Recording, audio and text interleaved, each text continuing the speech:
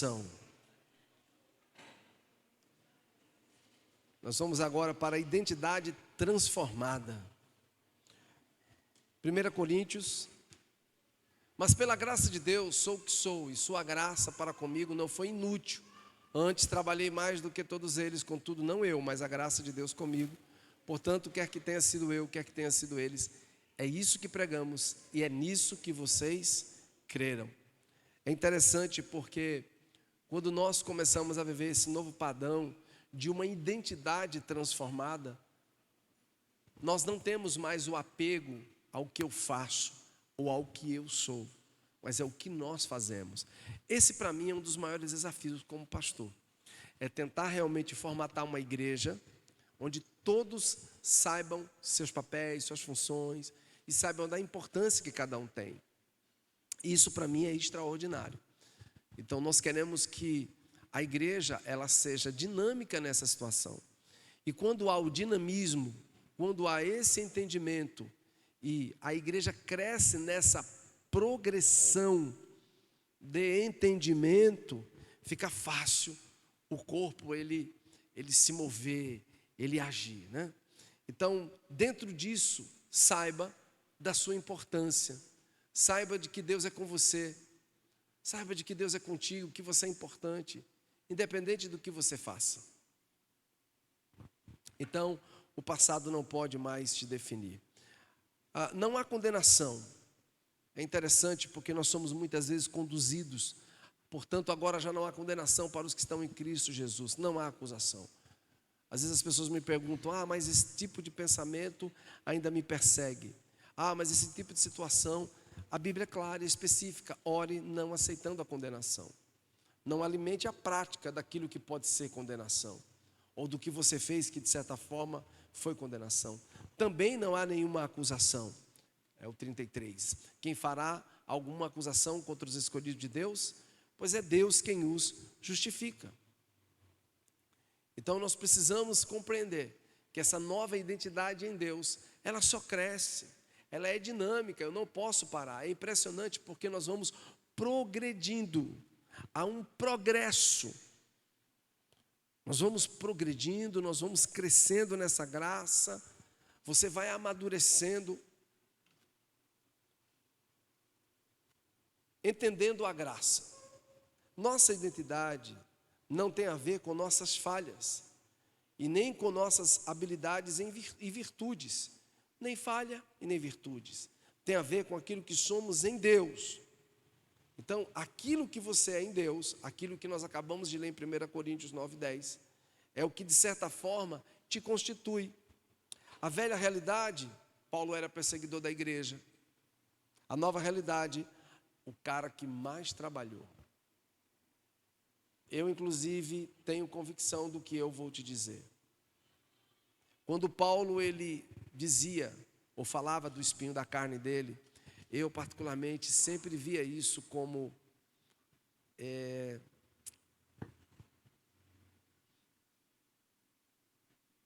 um trauma psicológico, algo que trazia muita tristeza no coração do Paulo.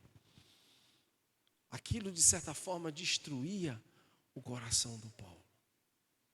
Então era um homem que vivia não mais por conta da sua velha natureza. Paulo reconhecia sua fraqueza, mas também exaltava a graça. Não podemos exaltar nossas fraquezas e limitações acima da graça e da capacidade de Deus nos usar. Isso é que é interessante. E é o que mais aflige a nossa alma. É porque muitas vezes eu ouço de pessoas, alguns que já saíram, outros que já estão. Eu não consigo. Isso é mais forte do que eu. Isso é tão difícil. Isso é tão complicado. Nós não podemos de maneira nenhuma permitir que isso aconteça. Disse, porém, Moisés ao Senhor, nunca tive facilidade para falar, nem no passado, nem agora, que falaste ao teu servo. Não consigo falar bem, mas disse-lhe o Senhor, quem deu boca ao homem? Quem fez surdo ou mudo? Quem lhe concede vista ou torna cego? Não sou eu o Senhor? Agora, pois vá, estarei com você, ensinando-lhe o que dizer. Respondeu-lhe, porém, Moisés, Senhor, peço que envie outra pessoa. Então o Senhor se irou com Moisés e disse: você não tem o seu irmão Arão, o levita? Eu sei que ele fala bem, ele já está vindo ao seu encontro e se alegrará ao vê-lo. Você falará com ele e dirá o que ele deve dizer, e eu estarei com vocês quando falarem, e direi a vocês o que fazer. Assim como Deus fala ao profeta, você falará a seu irmão, e ele será o seu porta-voz diante do povo. E leve na mão esta vara, com ela você fará os sinais milagrosos.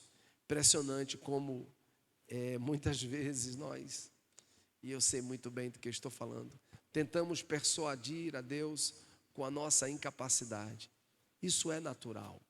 Jeremias também entra nesse mesmo eixo. A palavra do Senhor veio a me dizendo: antes de formá-la no ventre eu escolhi, e antes de você nascer eu separei e o designei profeta às nações. Mas eu disse: soberano Senhor, eu não sei falar, pois ainda sou muito jovem. O Senhor, porém, me disse: não me diga que é muito jovem. A todos a quem eu enviar, você irá e dirá tudo o que eu ordenar a você. Não tenha medo deles, pois eu estou com você para protegê-lo, diz o Senhor. O Senhor estendeu a mão, tocou a minha boca e disse-me: agora põe em sua boca as minhas palavras. Olha para o seu irmão e diz assim: não se preocupe, Deus vai te capacitar. Nós veremos agora as realidades da nova criação. Há uma nova realidade. Em 2 Coríntios 5:17 diz: portanto, se alguém está em Cristo, é nova criação, as coisas antigas já passaram, e agora começam coisas novas. Internalizar isso, viver isso, não é fácil. Tentar anular a nossa natureza caída para essa nova realidade. Pedro também diz que temos, além disso, uma natureza divina. Dessa maneira, ele nos deu as suas grandiosas e preciosas promessas, para que por elas vocês se tornassem participantes da natureza divina e fugissem da corrupção que há no mundo, causada pela cobiça. Então você tem a natureza divina. Jesus te deu essa natureza e me deu também, amém? Como Jesus temos a unção do Espírito Santo, vamos ler somente Lucas capítulo 4:18. O Espírito, mas receberão poder. Vamos, aí.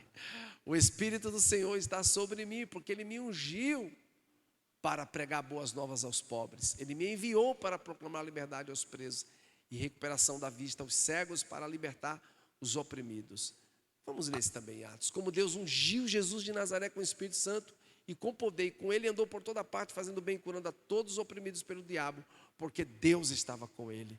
Nós recebemos essa capacitação do Espírito. Eu tenho clamado muito, e peço a você que também clame muito. Nós precisamos dessa capacitação do Espírito. À medida que você pede, à medida que você busca essa capacitação, a sua natureza vai sendo eliminada, ela vai sendo anulada, amém? Então, Ele nos capacita para a liderança. Bora o próximo, isso. Aleluia.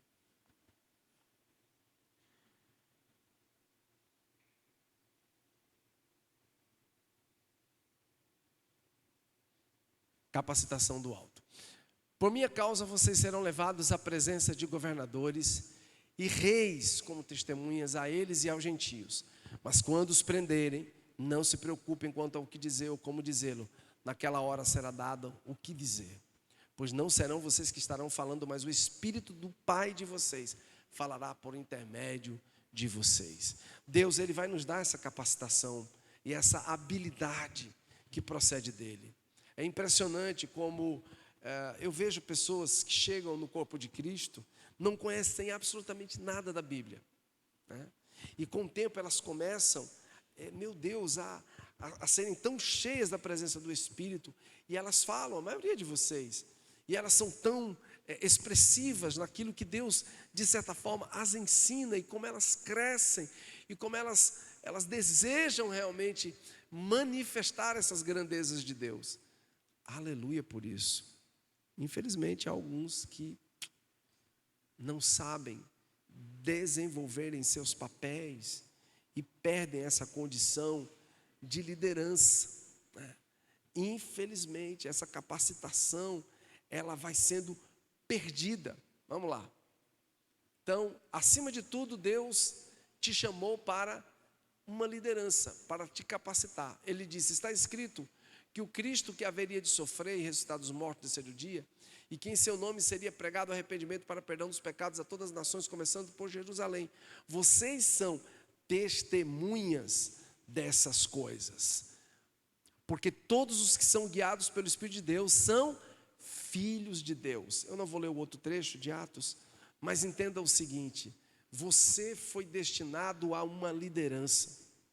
Por isso que quando você converte na sua casa, você já tem esse desejo, né, de liderar. Liderar em que sentido? De liderar manifestando o reino de Deus, falando do amor de Jesus.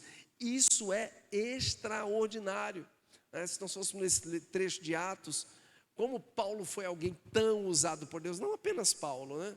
É lógico, mas todos nós temos essa capacidade de liderança.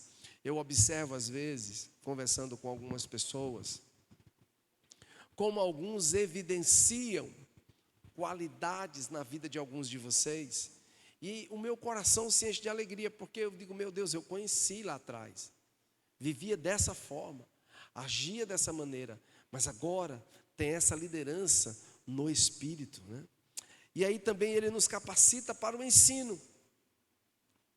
Mas quando o Espírito da verdade vier, ele os guiará a toda a verdade. Não falará de si mesmo, falará apenas o que ouvir e anunciará a vocês o que está por vir. Ele também traz o consolo nas palavras. Respondeu Ananias: Senhor, tenho ouvido muita coisa a respeito desse homem, de todo o mal que ele tem feito aos teus santos em Jerusalém.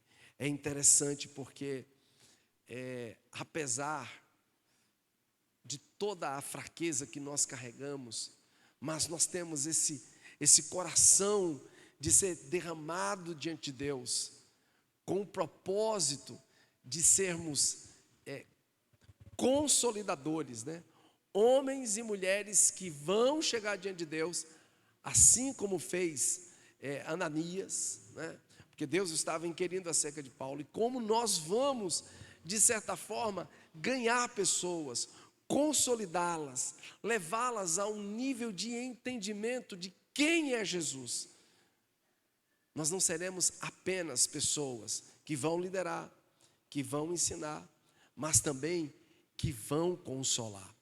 Vamos ler esse outro trecho de 2 Coríntios, isso. Bendito seja o Deus e Pai de nosso Senhor Jesus Cristo, Pai das misericórdias, Deus de toda consolação, que nos consola em todas as tribulações, para que, com a consolação que recebemos de Deus, possamos consolar os que estão passando por tribulações. Pois assim como os sofrimentos de Cristo transbordam sobre nós, e também por meio de Cristo transborda a nossa consolação. Se somos atribulados, é para consolação e salvação de vocês. Se somos consolados, é para a consolação de vocês, a qual dá paciência para suportarem os mesmos sofrimentos que nós estamos padecendo. E a nossa esperança em relação a vocês está firme, porque sabemos que da mesma forma que vocês participam dos nossos sofrimentos, participam também da nossa consolação.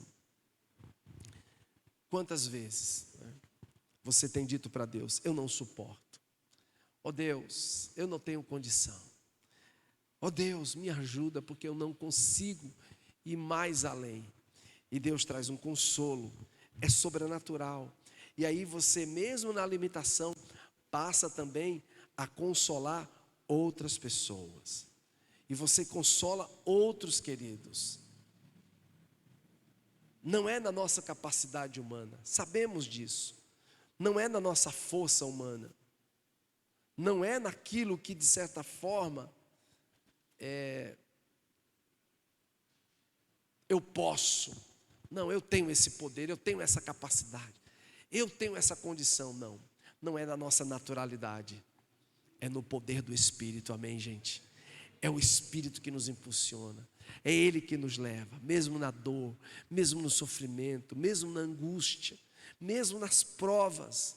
Quantos de vocês, como eu também, muitas vezes não têm orações respondidas, muitas vezes as coisas saem do eixo, Mas aí você continua sendo consolado e você também consola outros, mesmo no seu sofrimento. Às vezes aquele sofrimento, ele serve para que você console outro. Eu passei por isso, eu sei o que é isso. Eu vim dessa escola, o caminho é por aqui. Amém? Hoje fomos bem rápidos, né? A lição ela é bem curta. Curve sua cabeça, nós vamos orar. E vamos também adorar a Deus, né? Já com as nossas ofertas, com os nossos dízimos, você vai ter esse privilégio nessa manhã de